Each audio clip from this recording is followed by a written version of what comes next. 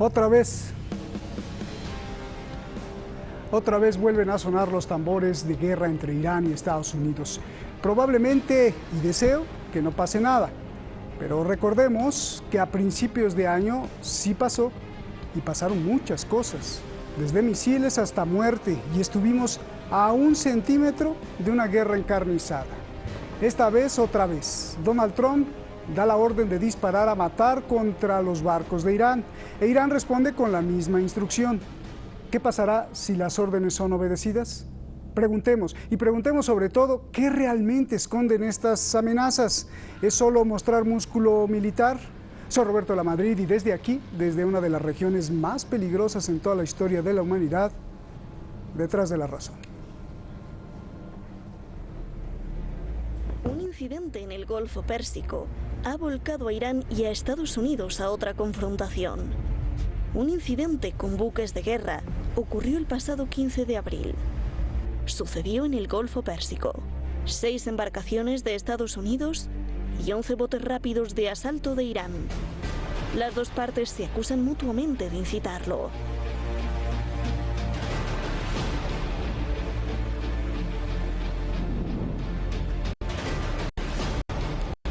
El gobierno de Donald Trump acusa al Cuerpo de Guardianes de la Revolución Islámica de Irán de acoso y maniobras peligrosas y amenazantes contra buques de Estados Unidos en el Golfo Pérsico.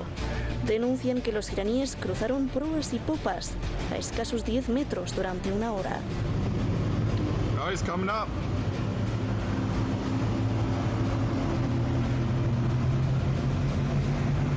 They're taking the bow.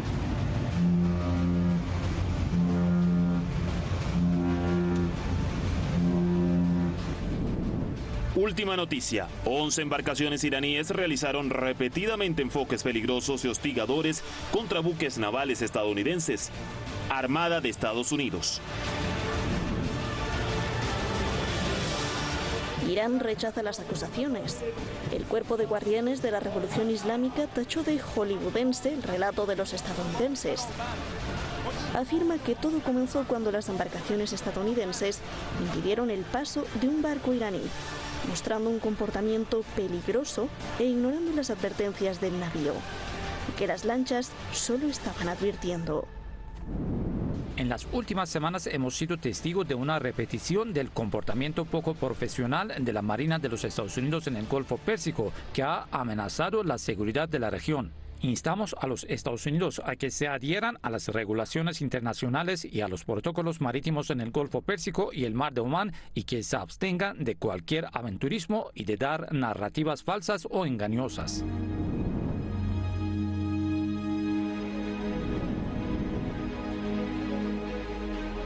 We don't want their gunboats surrounding our boats and traveling around our boats and having a good time. We don't want them anywhere near our boats. And so you know the order I gave. I don't think I have to say it again, but I've given that order. Under the Obama administration, it was taking place all the time. Under my administration, I gave this order early on and nothing happened. They were very nice. There was no problem. But then I noticed yesterday they did that in a much lighter form, but they did that again. I said we're not going to stand for it. So if they do that, that's putting our ships at danger and our great crews and sailors in danger. I'm not going to let that happen. And we will. They'll shoot them out of the water. به واحدهای نظامیمون در دریا دستور دادیم اگر شناوری یا واحد جنگی از نیروهای دریایی ارتش تروریست آمریکا بخواد امنیت کشتی‌های غیر جنگی و یا شناورهای رزمی ما را مورد مخاطره قرار بده، اون شناور یا اون واحد نظامی را مورد هدف قرار بدن. Irán recuerda a Estados Unidos que los dueños del Golfo Pérsico son quienes deben ocuparse de su seguridad y no los países que no pertenecen a esta región. La página web del líder de la Revolución Islámica de Irán, el ayatolá Sayyid Ali Khamenei, puso una imagen en la que se lee: la seguridad del Golfo Pérsico deben protegerla aquellos a quienes les pertenece y cuyo hogar está en él. Estados Unidos, ¿qué tiene que ver?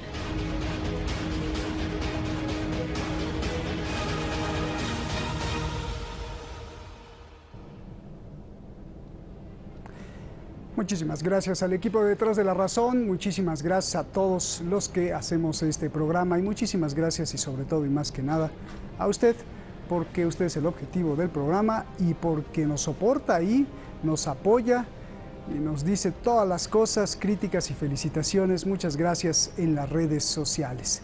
Vamos directamente con nuestros invitados. Iñaki Gil de San Vicente, el maestro Iñaki, analista internacional, siempre con sus análisis muy profundos. Gracias, Iñaki, hace mucho que no te veía. Francisco Javier Martínez López, analista internacional allá en Madrid, también maestro en el arte de investigar qué le pasa al dinero y cómo provoca las guerras. Vamos, primero analicemos, comienzo contigo, Francisco, primero analicemos los riesgos, luego los hechos y luego las causas.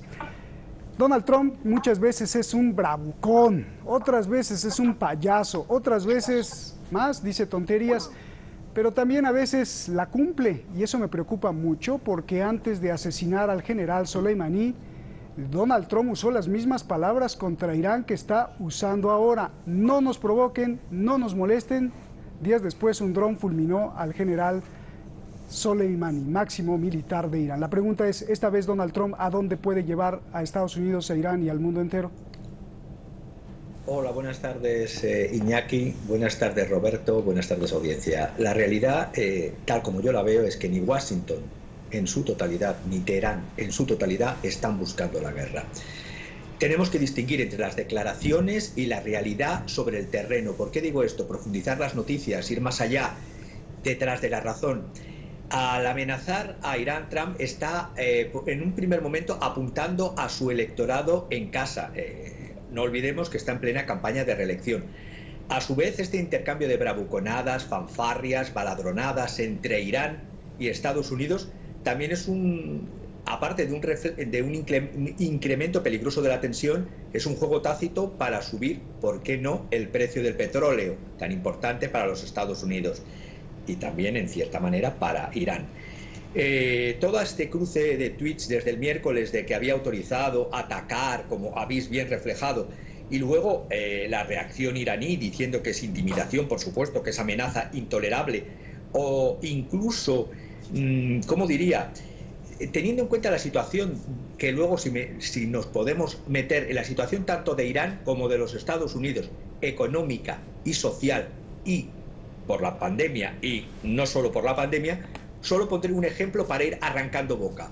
La Marina de los Estados Unidos está tocada, según tengo datos de la agencia de noticias independiente rusa Interfax, está tocada por el COVID, 26 buques de guerra, la mitad de la Marina norteamericana, en torno a 265 barcos, podrían tener infectados por COVID. Esto por una parte. Si a esto le unimos la situación económica y social de Estados Unidos y de Irán, yo creo que tambores de guerra como tal, no. Y para terminar, si en enero del 2019, cuando estaba McDougall Mattis como secretario de Defensa, no hubo un ataque como se pedía por parte de los sectores más extremistas de la administración Trump, y el propio Mattis incumplió lo que el general McMaster quería de algo más directo y más brutal contra Irán, yo creo que la realidad es que, repito, para terminar, ni Washington ni Teherán están buscando la guerra como tal. Otra serie de cosas, como lo que he dicho, sí. Bien. A ver, Iñaki, se nos fue ahí y ya no me escuchaste, te lo vuelvo a repetir. Donald Trump muchas veces es un bravucón, otras veces es un payaso y otras veces dice tonterías. Y a mí me preocupa mucho porque antes de asesinar, pero a veces también la cumple. Ahí me preocupa mucho porque antes de asesinar al general Soleimani, Donald Trump usó las mismas palabras contra Irán que está usando ahora. No nos provoquen, no nos molesten. Días después, un dron fulminó al máximo militar de Irán. La gran pregunta, ¿qué ves esta vez Donald Trump? ¿A dónde nos puede llevar? ¿A Estados Unidos, a Irán y a todo el mundo? ¿O es puro show?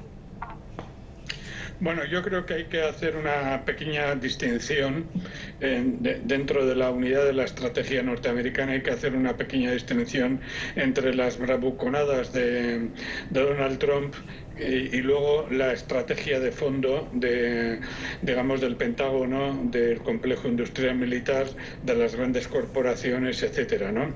Ahí hay unas diferencias, ni siquiera oposiciones, ¿no? Sabemos que tenemos que matizar siempre lo que es una diferencia, lo que es una oposición y lo que es una contradicción, ¿no? Hay diferencias entre diversos intereses puntuales, ¿no? Donald Trump se va de la boca con mucha frecuencia y miente con muchísima más frecuencia, ¿no? Pero inmediatamente un núcleo que está detrás, que no se le ve, que está detrás, en la habitación de detrás, inmediatamente empieza a funcionar para controlar los daños verbales que ha podido originar Donald Trump, ¿no? Si nos damos cuenta, por ejemplo, una de las piezas claves de la estrategia norteamericana, que es Israel, Donald Trump y los Estados Unidos han conseguido apuntalar ya el dominio en Israel para que no caiga Netanyahu y no sea juzgado ni vaya a la cárcel, ¿no? Esta es una victoria muy amplia de los Estados Unidos, no podemos analizarla ahora, pero sí tenerla muy en cuenta, porque uno de los pilares básicos de un hipotético futuro ataque a Irán ya lo tiene resuelto Estados Unidos. Esto es una pieza que no tenemos que olvidar, ¿no? Había la esperanza de que Netanyahu acabara en la cárcel y sigue siendo presidente, ¿no? Con un giro espectacular de Israel hacia la derecha por un montón de razones, ¿no? Exactamente podemos decir el control que está teniendo Estados Unidos con respecto a Egipto, y también el control que está teniendo las alianzas estratégicas de la India con Estados Unidos, que es otro de los pilares para una agresión sostenida o un cerco sostenido contra Irán y cortar de cuajo las ayudas que Irán podía obtener por parte de Rusia y sobre todo por parte de China, ¿no? Podríamos poner más ejemplos de esos, que poco a poco Estados Unidos ha ido implementando, no por las bocazas, por la palabrería de Donald Trump, sino por la maquinaria estratégica que el Estado profundo que va funcionando. Y si vemos mes a mes cómo va cercando y cómo va creando un aparato de cerco con respecto a Irán, con respecto a Rusia,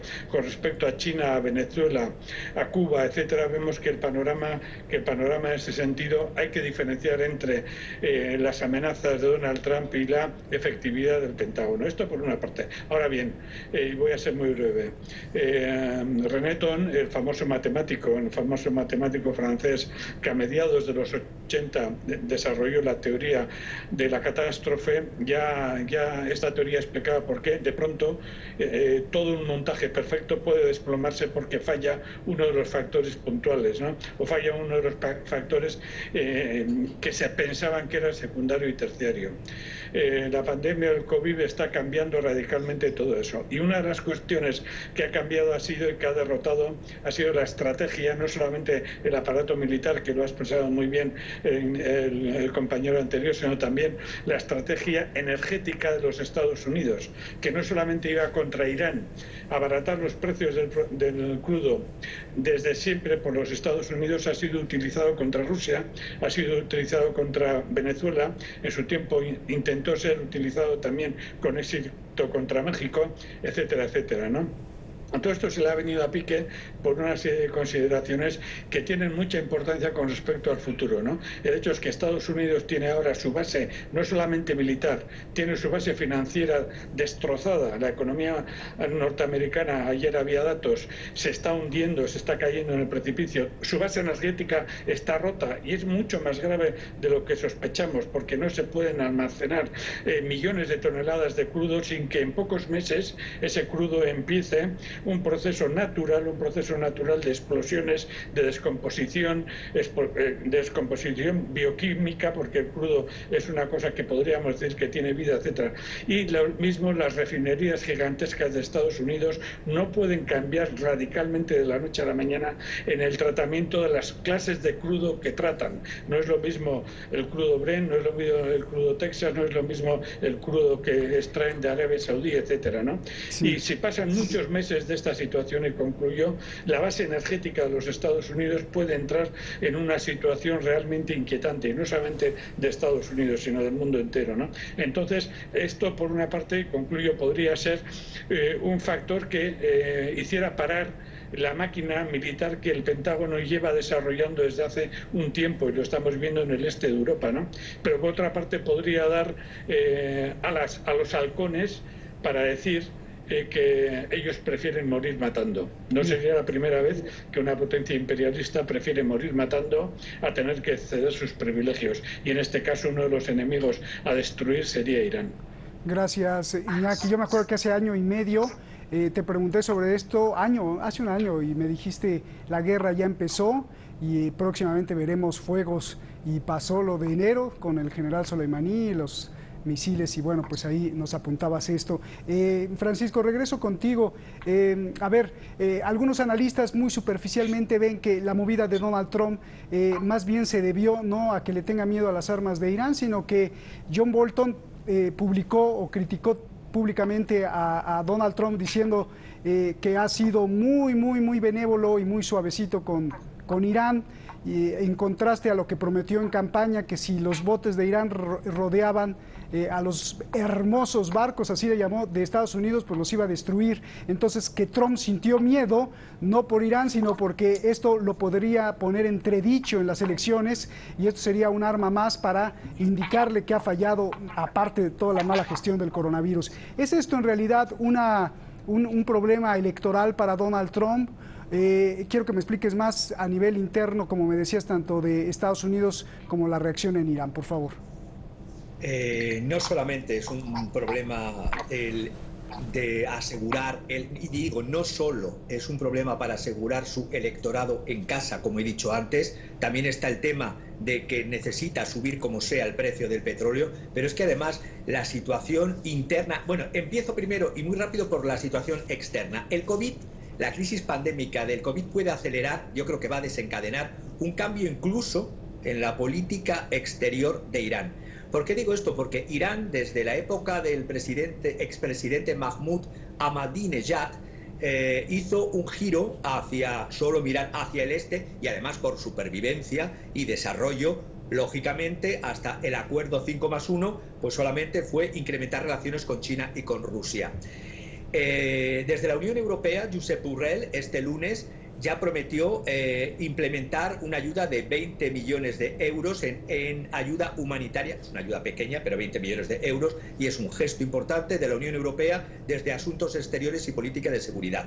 Además, desde el Fondo Monetario Internacional han visto el apoyo que ha tenido la Unión Europea al decir que apoyan la solicitud de Irán y de Venezuela, en este caso de Irán me centro, de la solicitud del apoyo financiero para la entrega de los 5.000 millones de dólares. Y para terminar el tema en exterior, 11 senadores demócratas, y digo senadores, han pedido a Mike Pompeo y al secretario del Tesoro Steve Mnuchin, para que se vea que también en Estados Unidos hay fracturas y fracciones, pues han pedido que las buenas personas de estas naciones no son nuestro enemigo en esa carta, y dice que continuar con las sanciones y no quitarlas, lo único que juegan es el antiamericanismo, que está sobre todo en otra parte. También hay, por así decirlo, halcones dentro de la administración iraní. Y lo que querría decir, la situación, aparte de la Marina como está tocada de los Estados Unidos con coronavirus, es que la situación en los Estados Unidos, la situación económica es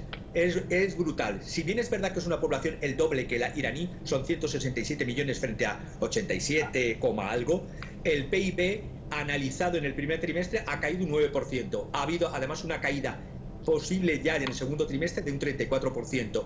El incremento de parados, y eso es lo más preocupante, el incremento de parados podría estar en torno a una tasa que podría llegar, si bien Goldman Sachs decía un 15%, yo creo que eso ya se ha quedado corto. El promedio podría superar el 27,5% y como pasó en los años, en el 75, llegar hasta el 50%, o incluso, si sigue, superar ese porcentaje del 50%. Bien.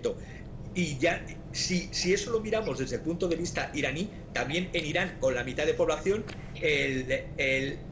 llevan 3 años de recesión económica. La recesión económica en Irán del 2018 cayó el PIB un 5,4%, 2019 un 7,6% y el 2020 va a caer un 6%. Si bien es verdad que parte es por las sanciones criminales, parte también por la mala administración y por la propia corrupción que se está intentando atajar, Y me he leído un documento del Parlamento que me ha costado la traducción del persa al español, de un documento de lucha contra la corrupción por parte del Parlamento iraní, que eso también es importante.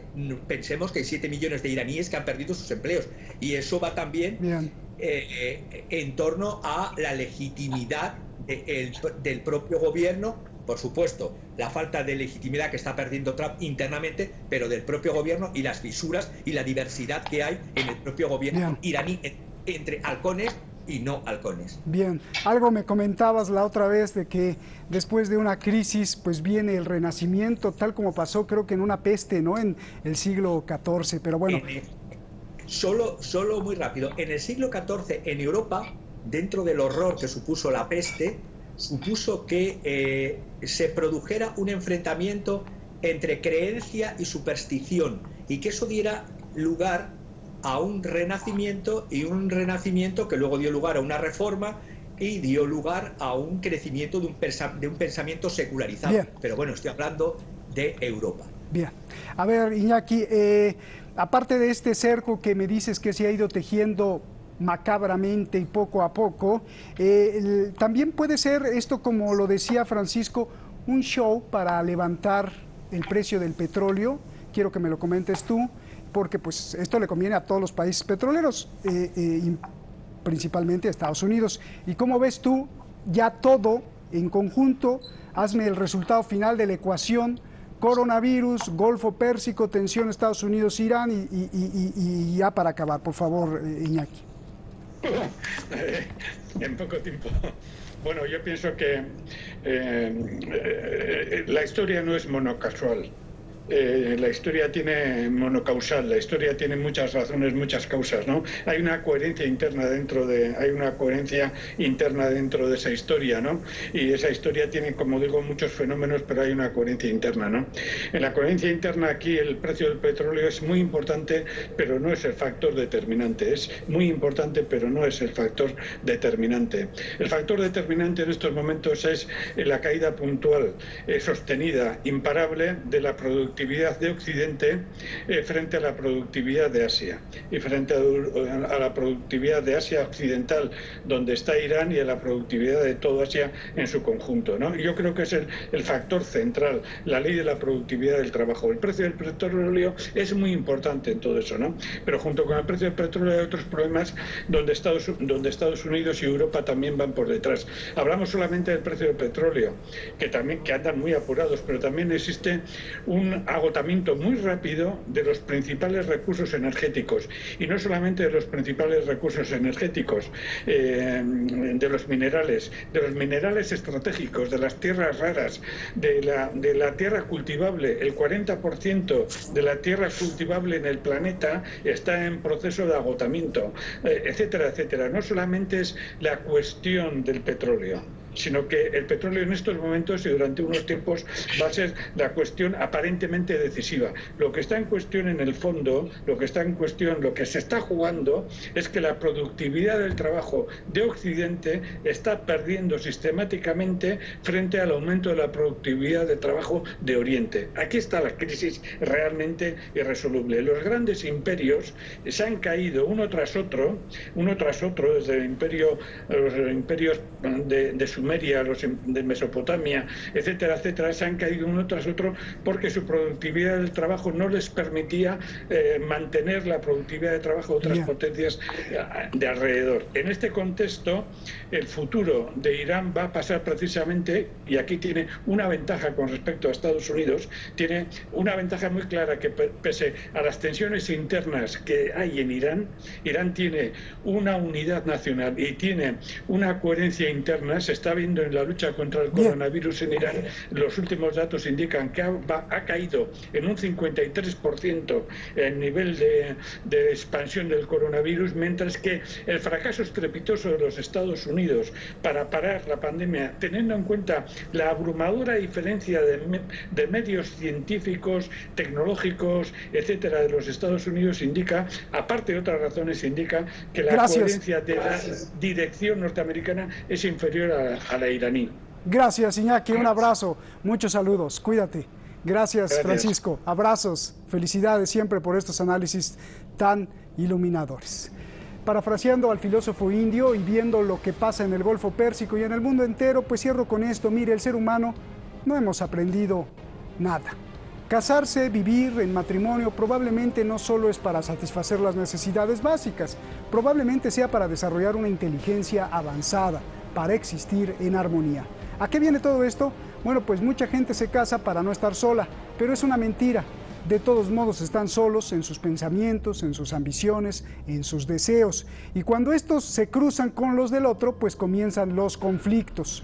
Lo más importante es que esta escala social se reproduce con sus vecinos, en su barrio y entre los países. Resultado, las guerras. Conclusión, es obligación de cada pareja, de cada vecino y de cada gobierno encontrar, descubrir la manera de vivir con el otro sin conflicto.